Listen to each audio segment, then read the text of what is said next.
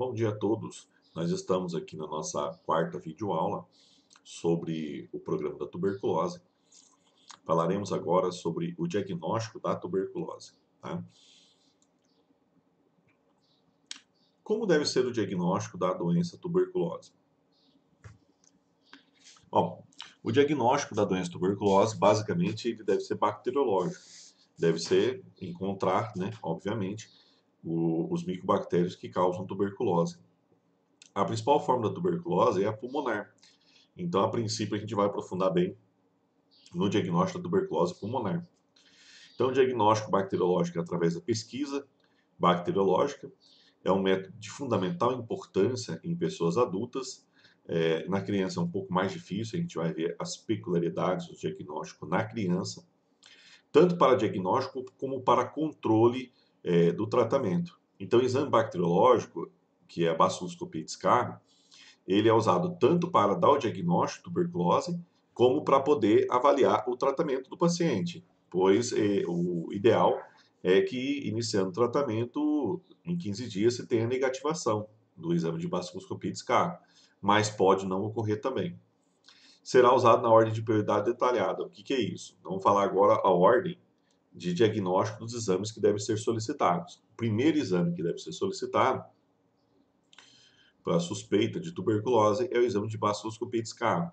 Tá? Vamos lembrar que esse exame deve ser solicitado em pessoas, em pacientes, né, que apresentam tosse por 3 semanas ou mais. Se for pessoas institucionalizadas, pessoas que estão em sistema prisional, idosos em casas de repouso, em asilos, aí se recomenda 2 semanas ou mais de tosse, tá? Reduz um pouco o tempo de tosse. Então, o primeiro método é o método da baciloscopia direta, tá? Que é a baciloscopia de escarro. Por ser um método simples e seguro, deve ser realizado por todo laboratório público a baciloscopia de escarro. Pelos laboratórios privados, tecnicamente habilitados, a pesquisa do bacilo álcool ácido resistente, pelo método Ziel-Nielsen, é a técnica mais utilizada em nosso meio. A baciloscopia de escarro, desde que executada de forma correta, ela permite detectar 60 a 80% dos casos de tuberculose pulmonar. Então, ela consegue fazer o diagnóstico, né, em média aí de 60 a 80% dos casos de tuberculose pulmonar. Então, estamos observando que há casos de tuberculose pulmonar que a baciloscopia de escarro ela possa dar negativo. O que veremos mais adiante, que se o paciente tiver sinais e sintomas de tuberculose, com exames negativos, 2 amostras de baciloscopia de escarro, é indicado solicitar novas amostras, tá, de baciloscopia de escarro. E também cultura, que é um exame mais sensível, mais específico que a baciloscopia de escarro, mas não é um exame inicial de rastreio para tuberculose pulmonar em sintomático respiratório. Começa com a baciloscopia de escarro. Tá? É um ponto importante, pois nós já vimos nas aulas anteriores que o paciente com sintomático respiratório, que é aquele com tosse, e com a presença do bacilo nas vias aéreas, ou seja, o bacilífero, né, com baciloscopia positiva, esse paciente ele é, né, o transmissor fundamental da doença tuberculose. Bom, eu procurei, além da literatura do Ministério, né, existem outras literaturas que apontam que na primeira amostra da baciloscopia de escarro, a sensibilidade do teste é de 83,4%. O que significa isso? Que os exames positivos na primeira amostra, eles serão confiáveis em 83,4% que realmente o paciente tem a tuberculose. Agora, existe uma margem de erro aí, por volta aí de 17, vamos colocar aí 16,3%, né? Por todavia, quando se faz a segunda amostra, se adiciona 12,2% a mais de sensibilidade, o que dá no total do teste 95,6%. O que significa isso?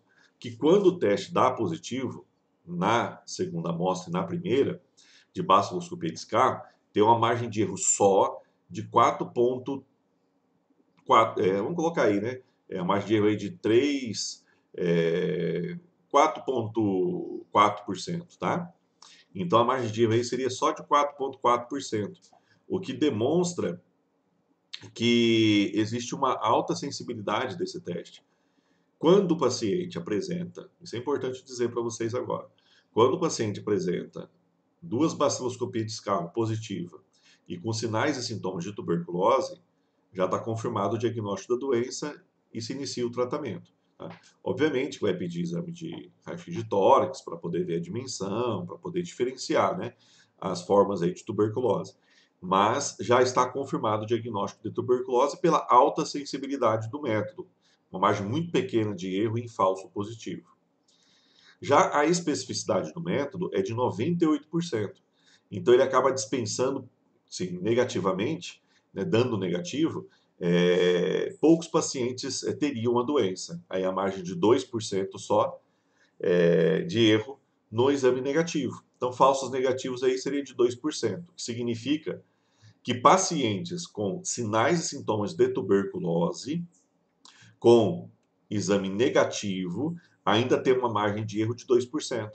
Por isso que justifica-se solicitar novas baciloscopias de escarro ou até o exame de cultura. Tá? Isso é um ponto importante. Então, voltando no fluxograma. Se o paciente faz uma baciloscopia de escarro e dá duas amostras positivas, com sinais e sintomas de tuberculose, já está confirmado o diagnóstico da doença. Aí tem que investigar qual é a forma, né? Qual é a forma pulmonar que ele apresenta. Se o paciente ele tem um resultado negativo na baciloscopia de escarro e ele tem sinais clássicos de tuberculose, que é a tosse, né? Que é a perda de peso, que é a febre vespertina e a sudorese noturna, então justifica-se solicitar novas amostras de baciloscopia de escarro, porque ainda tem uma margem de erro aí nesse caso de 2%. Tá? É pequeno, né? Mas ainda há, então justifica investigar, visto que o paciente tem sinais e sintomas da doença. Aí será solicitado o exame de baciloscopia de escarro e cultura também. Aqui seria cultura quando dá o exame sem ter sinais e sintomas do paciente positivo, aí confirma na cultura, tá? Sem sinais e sintomas. Bom, a baciloscopia direta deve ser solicitada aos pacientes que apresentam. Então, quando deve ser pedida a baciloscopia direta de escarro? Critérios de definição de sintomático respiratório, ou seja, aí pede o exame de escarro, né? O que é sintomático respiratório? É o paciente que apresenta tosse seca ou tosse produtiva, independente do motivo, tá? Por 3 semanas ou mais. Ou, se ele está institucionalizado, 2 semanas ou mais. Suspeita clínica ou radiológica de TB pulmonar. Então, o paciente está com perda de peso, o paciente tem tosse, o paciente tem, mas a tosse não está ainda 3 semanas. O paciente apresenta febre vespertina, ele apresenta sudorese noturna. Então, justifica-se e o exame de raio-x de tórax, né, o exame de raio-x, detecta sinais sugestivos de tuberculose, que são lesões cavitárias, né, em ápice aí, principalmente no pulmão direito, né, o esquerdo também, mas principalmente no direito. Então, em ápice e em lobo médio do pulmão. Isso é um ponto importante, tá, do pulmão direito. E do esquerdo aí em ápice do pulmão esquerdo, aí no lobo superior. Então, assim, suspeita clínica radiológica de TB pulmonar, independente do tempo da tosse, como já disse, né, deve solicitar exame de escarro. O exame de raio-x de tórax, ele não confirma diagnóstico de tuberculose, tá? Precisa, com raio-x de tórax, suspeitando de tuberculose, pedir o exame de baciloscopia de escarro, tá? Ou de cultura. Mas é baciloscopia de escarro que deve pedir. Suspeita clínica de TB extrapulmonar, tá? Então, isso vai ser feito uma baciloscopia direta em exames de materiais biológicos diversos, tá? Que não será no escarro. Isso pode ser de tecido, isso pode ser de secreção, tá? Um ponto importante, a baciloscopia de escarro deve ser realizada no mínimo em 2 amostras, o que significa que uma amostra deve ser na hora do atendimento, em um local próprio no UBS, que seja arejado, que não seja fechado, porque isso aumenta o risco, no caso de ser um sintomático respiratório, de transmissão da tuberculose, naquele ambiente, né, de trabalho. E a outra amostra é no outro dia, onde tem um acúmulo maior de secreções na árvore brônquica, pela manhã, em jejum. Tá? Isso é um ponto importante. E tentar colher a amostra realmente de escarro, não é saliva. Tá? Nos casos onde há indícios radiológicos de suspeita de TB, as duas amostras que apresentem negativo podem ser solicitadas amostras adicionais. Isso eu já falei, né? Então você faz a baciloscopia de escarro, primeira amostra, segunda amostra, elas dão negativo, mas há sinais de tuberculose, então tem que pedir novas amostras. Ou se há raio-x de tórax sugestivo de tuberculose, tem que se solicitar novas amostras, porque a gente viu, né? Já que a especificidade do teste é de 98%. Então, há uma margem de erro de 2% aqui no falso negativo. Dá que não tem, dá negativo, mas na verdade seria positivo. Isso é um ponto importante. Agora, falaremos de um outro exame, tá? Então, baciloscopia, que pode ser descarro, tá? Que é o mais comum é fazer o descarro, tá? Ou de outras secreções. E agora falaremos da cultura. A cultura é um exame mais demorado, porque ele tem que esperar o bacilo crescer, tudo para poder identificar qual é o agente ali etiológico, né? Qual é o micro-organismo que está ali. Então, a cultura é um método de elevada especificidade, é mais específico do que o exame de baciloscopia, tem alta sensibilidade no diagnóstico de tuberculose. Nos casos pulmonares, onde a baciloscopia é negativa, a cultura de escarro pode aumentar o diagnóstico em até 30%. Então, assim, quando a baciloscopia dá negativo, se solicita baciloscopias adicionais em pacientes com sinais e sintomas, tá? Porém, a cultura também deve ser solicitada. Isso é um ponto importante. Os métodos clássicos de cultura de micobactéria utilizam a semeadura de amostra por cultura sólida. Os meios de cultura mais comumente utilizados são os meios sólidos à base do ovo, Lovestein Jensen ou Agawa Kudo, né? Tem a vantagem de serem de menor custo e de apresentar um índice de contaminação menor. Qual é a desvantagem? Que o meio sólido, o crescimento bacteriano demora muito, até um mês para poder dar o diagnóstico, para poder sair o resultado do exame. Tá? Há casos que pode se estender em até 8 semanas, em até aí 2 meses. Os métodos disponíveis para teste de sensibilidade, estou falando de outra coisa, né? A cultura já com o antibiograma, já com o teste de sensibilidade. Tá? Pelos laboratórios do país, são métodos de proporções que utilizam o meio sólido. Portanto, tem resultado após 42 dias de incubação. Isso depois nós veremos que tem um método novo, né, de sensibilidade, que é o teste rápido, que a gente vai ver depois numa outra aula. Tá? Os métodos que utilizam meio líquido, com resultados disponíveis em até 13 dias. Os antimicrobianos testados, né, para ver, o ideal é fazer para todo paciente, tá? A streptomicina, isoniazida, rifampicina, etambutol e a pirazinamida. Tá? É o tratamento para tuberculose, basicamente aqui. Tá? Bom, identificação da espécie é feita por métodos bioquímicos e fenotípicos e podem ser analisada por meio de técnicas moleculares. Cultura de micobactéria indicada quando indica, então, fazer cultura. Né? O exame de cultura quando indicado. Suspeita clínica ou radiológica de TB. Então, quando há suspeita clínica ou radiológica, mas a baciloscopia, 1 ou 2 exames deu negativo. Suspeita de TB em amostras de baciloscopia com poucos bacilos, tá? Porque a gente vai ver que a baciloscopia ela vem por cruz, vem mostrando qual é a quantidade de bacilo por campo. Quando está baixo, pouquinho bacilo, aí é interessante pedir a cultura. Suspeitos de tuberculose, com dificuldade de obtenção de amostra, talvez o paciente é suspeito de tuberculose, mas não consegue escarrar, não consegue obter a amostra, aí faz cultura. Cultura é muito importante para a tuberculose cutânea, tá? Ela é muito importante, o diagnóstico. Suspeitos de TB extrapulmonar, então as outras formas de tuberculose, a cultura acaba sendo um método de diagnóstico mesmo, de confirmação diagnóstica. Casos suspeitos de infecções causadas por micobactéria não tuberculose, porque aí você pode identificar qual é o agente etiológico na cultura, tá? Isso é um ponto importante. E nos casos de teste de sensibilidade, pode ser feito também, tá? A cultura com identificação e teste de sensibilidade independe do resultado da baciloscopia. Estão indicados os seguintes casos, tá? Em casos de tuberculose resistente, então quando que eu faço o teste de sensibilidade? Em caso de tuberculose resistente, obviamente, se eu tiver o teste rápido na unidade, eu vou fazer para todos os casos. Pacientes com antecedentes de tratamento prévio de tuberculose, independente do tempo ocorrido, se foi 1 ano, 10 anos, 20 anos, 30 anos. Paciente imunodeprimido, todo paciente HIV tem que fazer teste de sensibilidade dos antimicrobianos. Paciente com baciloscopia positiva no final do segundo mês do tratamento.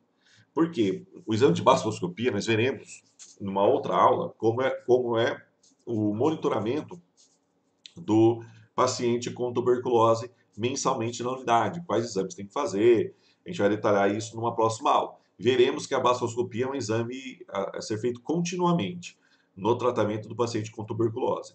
Tá? Paciente com baciloscopia, falência no tratamento antituberculose, então quando o tratamento faliu, tem que fazer o teste de sensibilidade para ver qual antimicrobiano que há resistência. E investigações de populações com maior risco, populações de albergarem cepa do Mycobacterium tuberculose resistente, profissional de saúde, população de rua, privados de liberdade, pacientes internados em hospitais que não adotam medidas de biossegurança e instituições de longa permanência. Todos esses é importante fazer o teste de sensibilidade para detectar, né, a existência ao micobactério. E com difícil abordagem subsequente, indígenas, por exemplo, também tem que fazer o teste de sensibilidade para antimicrobiano. Bom, então aqui nós vimos até o momento, né? Agora falamos sobre o teste de sensibilidade. Como é a coleta do escarro induzido? O escarro induzido é também uma forma de coleta de escarro para pessoas que têm dificuldade em estar tendo a quantidade suficiente de escarro para análise, né? E aí se faz a técnica do exame de escarro induzido. Não é lavado gástrico, é diferente, tá? A coleta de escarro induzido, ela ocorre da seguinte forma. Utilize um nebulizador ultrassônico com solução salina hipertônica, 5 ml de sódio, a 3 a 5, né, ml, 5 ml mais de 3 a 5%, desculpem. Pode ser usado em pacientes com forte suspeita de TB pulmonar, mas que não consegue ter material adequado, tanto com baciloscopia direta quanto para a cultura. Pode ser feito, então pode usar para baciloscopia como para cultura também. Para a obtenção da solução a 3%, utilizar o seguinte recurso: 5 ml de soro fisiológico a 0,9%, que é o soro simples que tem na unidade, mais 0,5 ml de sódio a 20%. A indução do escarro deve sempre ser realizada, aqui diz o seguinte, que você deve estimular, você deve induzir o escarro do paciente em um local arejado na unidade, principalmente um local aberto, por medida de biossegurança. E o profissional de saúde tem que estar portando uma máscara N95, tá? Para evitar a infecção por via respiratória do profissional. Tá? Isso é um ponto importante. Eu já vi essa técnica, já presenciei, tudo fiz, né? É uma técnica assim que dá resultado. Tá? É muito interessante para pacientes que não conseguem escarrar, que não têm quantidade suficiente de escarro. Tá? Bom, agora vamos falar uma parte mais operacional, uma parte mais técnica, voltado à coleta e análise do exame de escarro. Como deve ser a coleta e armazenamento e transporte do escarro? Né? Primeiro, na fase inicial do exame, compreende a coleta, depois a conservação, depois o transporte, que é de responsabilidade dos serviços de saúde. Primeiro, deve-se orientar muito quanto à qualidade e à quantidade da amostra. Uma boa amostra de escarro provém da árvore brônquica, não é saliva, tá? Deve ser obtida através de esforço do paciente para que ele possa tossir, para que possa escarrar. Não se obtém da faringe por aspirações de secreções nasais, tá? Na verdade é o contrário, né? O que não se obtém, né? Não se obtém na faringe, deve estar falando que não se obtém por aspiração de secreção. Nem tampouco a que contém somente saliva. O volume ideal é de 5 a 10 ml de escarro no potinho, tá? Recipiente. O material deve ser coletado em potes plásticos, descartáveis, tá? De boca longa, aquele copo inteiriço, né? Não tem que ter gargalo no copo. 35 a 50 ml o copo. Identificação. O que é que tem que ter no copo? Nome do paciente, data da coleta. Deve ser feito no copo, no pote, nunca na tampa, a identificação.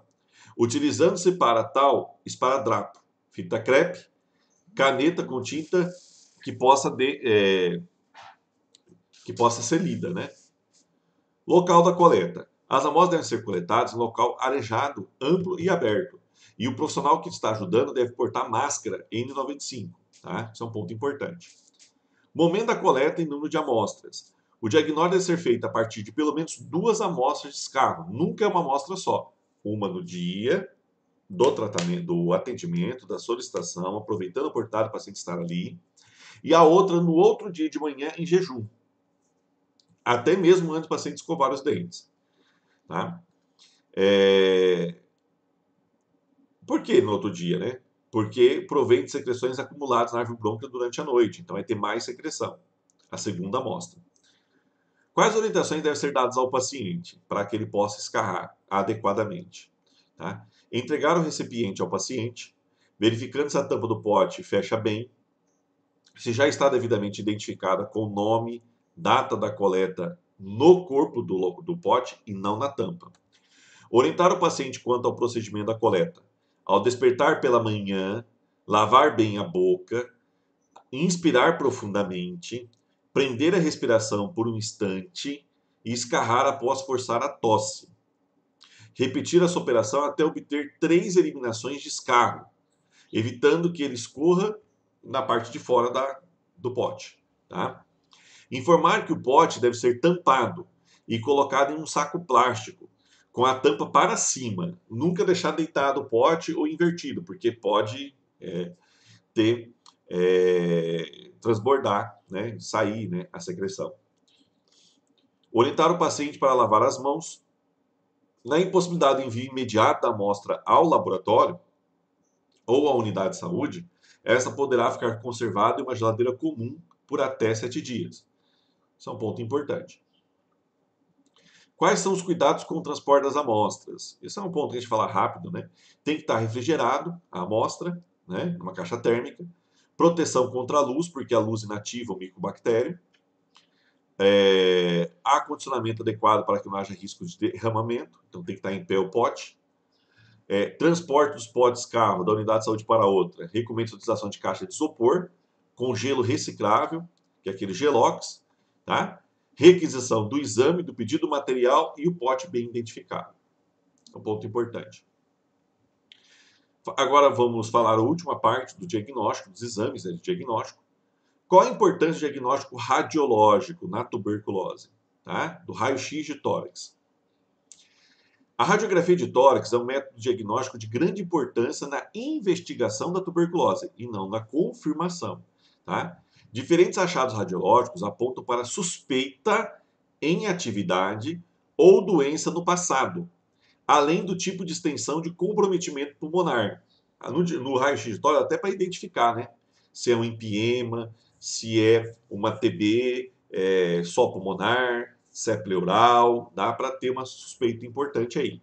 Deve ser solicitado para todo paciente com suspeita de TB pulmonar. Então, todo paciente com suspeita de tuberculose pulmonar vai fazer a baciloscopia de escarro e o raio-x de tórax. No entanto, preste atenção agora, até 15% dos casos de tuberculose não apresentam alterações radiológicas. Então, o exame tem lá uma sensibilidade de 85% para tuberculose pulmonar, para ter alteração, e não para confirmar, tá? Principalmente para pacientes imunodeprimidos. Veremos, né, que os imunodeprimidos, eles têm uma resposta imunológica mais comprometida. E aí pode não ter alterações significativas pulmonares que possa detectar no raio-x de tórax. Então, nesses pacientes pode vir normal o exame de raio-x de tórax. Como deve ser, para que serve, né, o exame radiológico? Nos pacientes com suspeita clínica, o exame radiológico permite a diferenciação nas imagens que são sugestivas de tuberculose ou de outra doença. Por exemplo, se for na ápice, pense em tuberculose. Se for na base, Você tem que pensar aí numa pneumonia, sendo dispensável submetê-los a exame bacteriológico, dependendo da qualidade do raio-x de tórax e do que detectou no raio-x de tórax. Em suspeitos radiológicos de tuberculose pulmonar, com baciloscopia direta negativa, ou seja, fez o raio-x. O raio-x deu positivo. Parece ser uma tuberculose. Agora, a baciloscopia deu negativa, então se recomenda fazer a cultura para o micobactério. Então, ele faz a cultura de escarro, tá? Tudo bem? De novo, isso é importante, questão de prova. Então, deu positivo, raio-x, sugestivo de tuberculose. Exame de escarro negativo, as duas amostras, recomenda-se fazer cultura.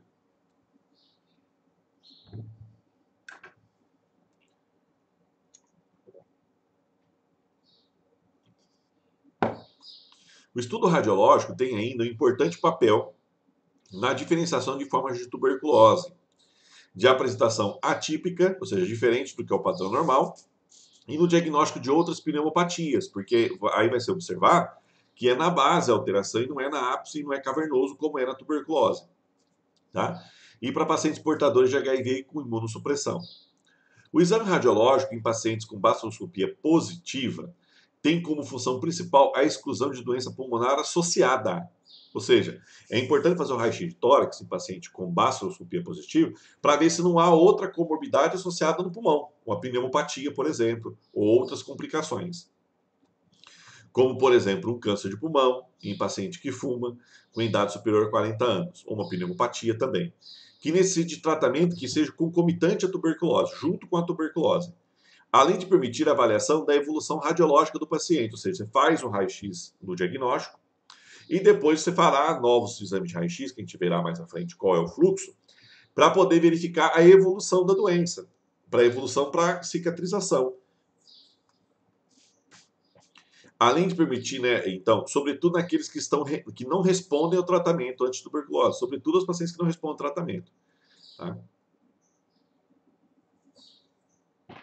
Agora veremos um pouco do raio-x de tórax, quais são as alterações na TB primária. Tá? Na TB primária pode apresentar como um foco pulmonar, um foco com linfonódulos, né? Homolateral, apenas só de um lado. Foco pulmonar habitualmente corresponde a pequena opacidade parenquimatosa, ou seja, no parênquima pulmonar só está um pouco mais opaco, frequentemente num foco só e do lado direito, tá? Acometendo mais o lobo superior na infância, o lobo médio e inferior nos adultos, mais no direito, pulmão direito. Parece haver uma preferência no pulmão direito, como eu já estava dizendo. O linfonódulo aumentado, né, apresenta na maioria das crianças em até metade dos adultos.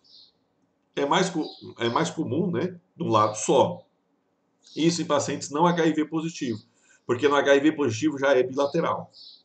Embora possa ser bilateral, mas no HIV positivo, tá? As regiões mais comprometidas são a hilar e paratraqueal, ou seja, próxima ali da árvore bronco, a gente tem muito O2, né? Sobretudo em crianças abaixo de 2 anos de idade. Pode ocorrer compressão extrínseca da via aérea por aumento dos gânglios linfáticos e consequente atelectasia, tá? Isso é um ponto importante, tá?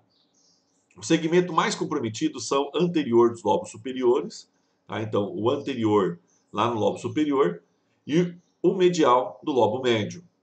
Sim, do lobo médio. Isso é bem interessante, tá? No pulmão direito, óbvio. Ocasionalmente, o foco pulmonar primário pode drenar, porque ali ocorre uma necrose caseosa, né, que é característico da tuberculose, causando uma cavitação, com lesões cavitárias, né, semelhante a um abscesso bacteriano.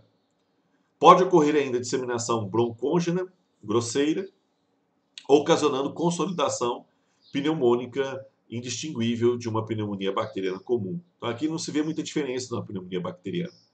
Nos casos em que essa drenagem é feita para um vaso sanguíneo, há uma grave disseminação da doença. Por isso que existe uma relação, né, da TB miliar ter pulmonar e ocorrer também sistêmica, né? A TB primária pode ainda se apresentar sob forma de derrame pleural. Isso é um ponto importante. Isso é muito raro na infância, mas comum no adulto. Quais são as alterações na TB pós-primária, chamada de secundária, né? Pulmonar, no raio-x? Na pós-primária, na secundária, né, há pequenas opacidades de limites imprecisos, imagens segmentares, né, ou lobares de aspecto heterogêneo, de várias diferenças, ou seja, mais clara, mais escura, né? Pequenos nódulos ou estrias são aspectos sugestivos de TB pós-primária ou secundária. Evolução das imagens é lenta e a localização típica é feita nos segmentos posteriores do lobo superior e nos segmentos superiores dos lobos inferiores, um ou ambos os pulmões. A cavitação ela é única ou múltipla, geralmente sem nível hidroaéreo, tá? Com diâmetro médio de 2 centímetros, o que não costuma ultrapassar 5 centímetros. Embora não seja exclusivo da tuberculose, pode ocorrer por outras patologias. Por exemplo, silicose, né? Outras formas menos comuns de apresentação do raio-x de TB pulmonar são a fórmula nodular, única ou múltipla, que simula a doença maligna, um câncer, e a cavitação localizada de forma atípica em lobo inferior, pode ocorrer, simulando um abscesso pulmonar, mas é muito raro. Assim como a TB progressiva primária, também a TB secundária pode ocorrer uma consolidação pneumônica simulando pneumonia bacteriana, com glucograma aéreo. É importante aqui salientar a estratégia de investigação de escarro em pessoas com tosse há mais de 3 semanas, mesmo que o raio-x não seja conclusivo para a TB pulmonar, não seja sugestivo, porque há casos, né, que a gente está vendo aqui, que pode ter sintomas, alterações radiológicas parecidas com pneumonia e que seja tuberculose, tá? Na TB secundária, não há linfadenomegalia iliar satélite, tá? Na TB secundária. Entretanto, em pacientes infectados por HIV, ela ocorre. O que significa aqui? Por exemplo, você tem uma TB pulmonar, você vai ter um linfonódulo ali na região supraclavicular, infraclavicular ou axilar, né? Mas aí isso é mais comum no HIV, tá? E depende muito do grau de imunossupressão do paciente. Ou naqueles com contagem de linfócito D4 abaixo de 200 células por milímetro cúbico de sangue. O radiografia pode ser normal em 20% dos casos de pacientes com HIV positivo. Tá? Isso é um ponto importante.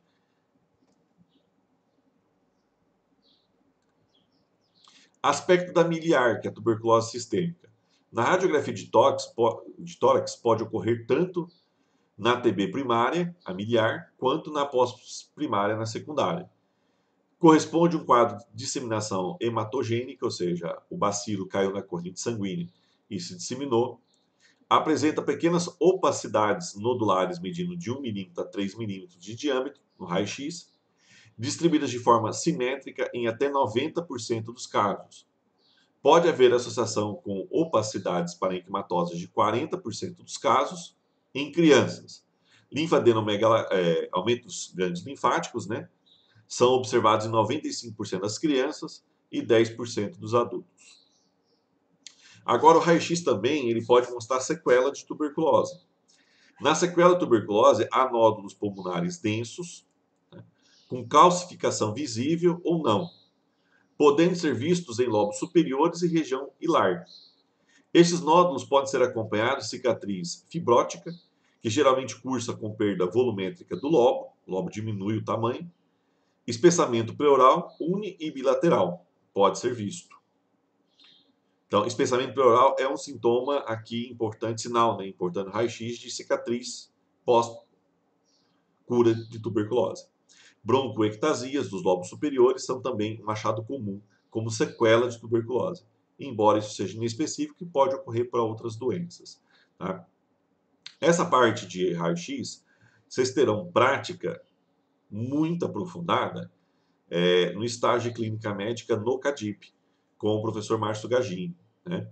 Então, essa parte aqui vocês não precisam se preocupar, porque vocês irão ver raio-x com essas características assim constantemente no CADIP, tá? Então, essa parte aqui eu não vou pedir na prova, não, sobre as alterações radiológicas, porque fica um volume muito grande de conteúdo, né? E essa parte aqui, para mostrar aqui agora, em vídeo aula, a qualidade, né, da imagem não ficaria tão boa do que visto no exame real de raio-x, né, que, que vocês verão lá no CADIP, tá? Em raio-x reais, né? Então isso vocês terão com mais profundidade nos estágios lá no CADIP, no internato, tá?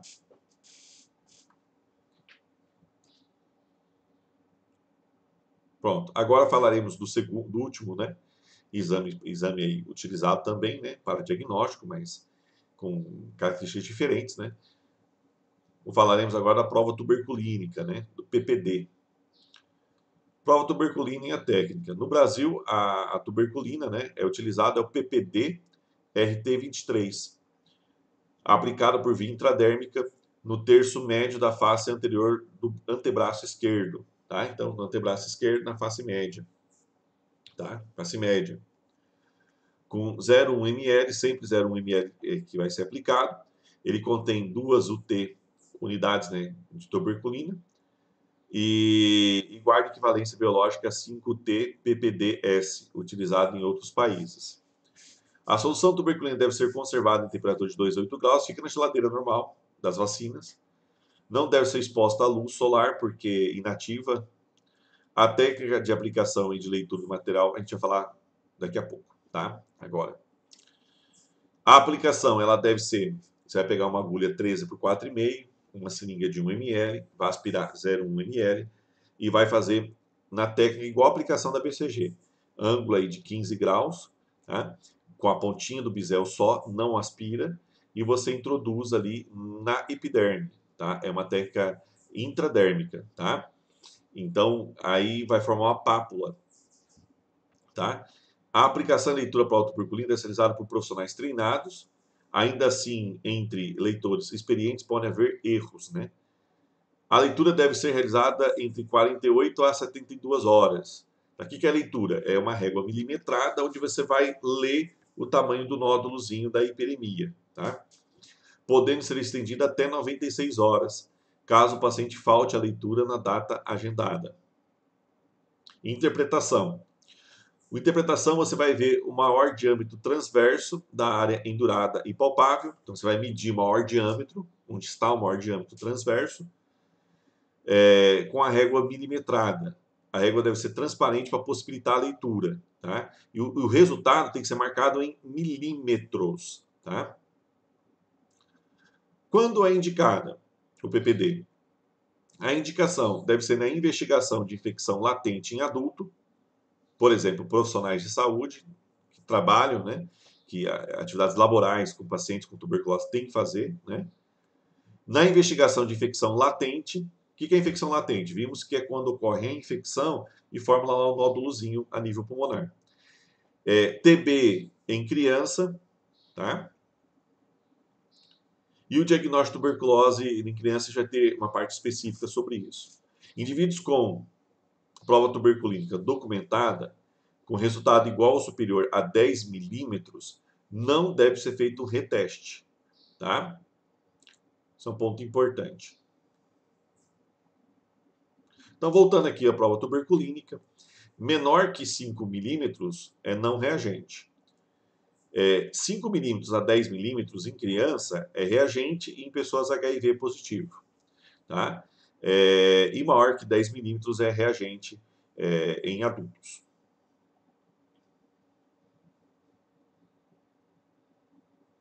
Bom, encerramos nossa quarta videoaula.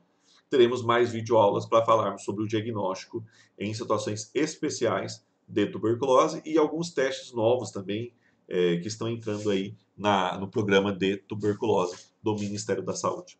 Obrigado a todos aí, uma boa manhã.